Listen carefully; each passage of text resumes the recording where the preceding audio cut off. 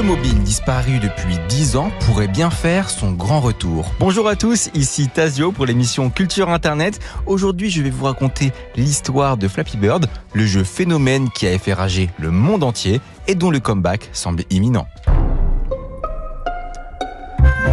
Flappy Bird est un petit jeu mobile lancé en 2013. Le concept est simple, vous contrôlez un oiseau qui doit passer entre des tuyaux étroits sans toucher quoi que ce soit sous peine de game over.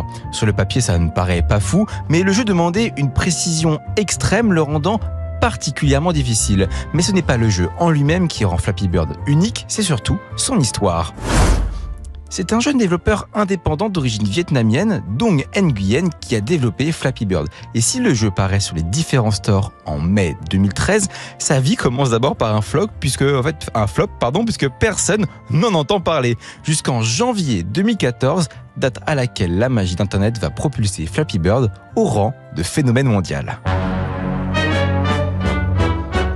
Flappy Bird est très difficile, ce qui lui attire d'abord des critiques négatives pour son manque de fun. Puis, le bouche à oreille sur les réseaux sociaux fait son effet. Ce qui était considéré comme un jeu ridiculement difficile devient un défi amusant entre potes. Tu as réussi à passer 15 tuyaux ? Ouais, moi j'en ai fait 30, bien joué. Le phénomène prend une telle ampleur que PewDiePie, le plus gros youtubeur de l'époque, publie une vidéo sur le jeu qui contribue à le faire télécharger par des millions de personnes. Oh, I got it. There we go. This is probably gonna take a while.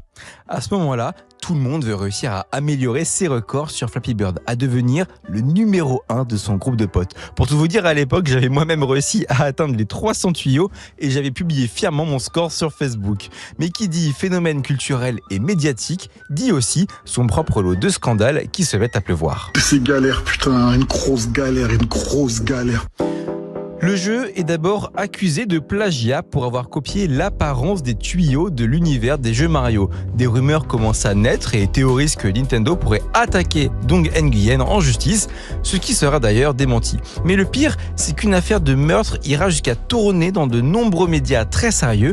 Une histoire absurde, largement inventée, prétend qu'un adolescent aurait tué son frère de rage après avoir perdu à Flappy Bird. Cette rumeur, bien que fausse, a largement contribué à la légende du jeu. Cette légende s'éteint rapidement en février 2014, à peine un mois après l'explosion du phénomène. Alors, que s'est-il passé ? Dong Nguyen a décidé de le supprimer de tous les stores. I will be shutting down Flappy Birds for good. And I can surely say that Flappy Bird has been one of my biggest success.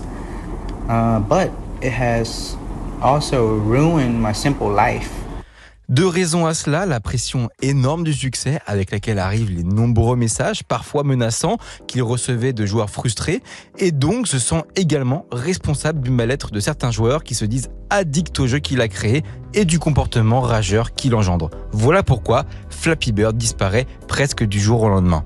Au départ, la communauté Internet peine à comprendre cette décision, mais la disparition de Flappy Bird ouvre la voie à certains opportunistes. Les smartphones contenant le jeu se vendent à prix d'or sur eBay et de nombreuses copies créées par des éditeurs véreux apparaissent pour surfer sur la vague.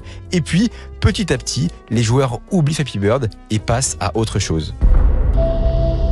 Mais nous voilà maintenant en septembre 2024 et Flappy Bird fait de nouveau parler de lui. Une décennie plus tard, les droits du jeu ont été acquis par une entreprise nommée GameTech Holding. Cette société a créé la Flappy Bird Foundation, annonçant vouloir relancer le jeu en jouant sur la nostalgie des anciens joueurs. Mais coup de tonnerre, Dong Nguyen a pris la parole sur Twitter quelques heures après l'annonce, chose qu'il n'avait d'ailleurs pas faite depuis 2017, pour clarifier qu'il n'était pas impliqué dans ce nouveau projet. Et qui ne soutenait d'ailleurs pas les initiatives liées aux crypto-monnaies. Mais pourquoi cette précision ? Oh, je ne comprends pas. Des enquêteurs ont trouvé sur le site de la Flappy Bird Foundation une page archivée promouvant le jeu sur le web 3.0, souvent associé aux NFT et au métavers chelou, ce qui laisse craindre le pire, une bonne grosse arnaque comme on en a vu des centaines avec ce genre de projet. Et si c'est le but, je crois que ces personnes ne vont réussir à faire qu'une seule chose, salir un peu la légende de Flappy Bird.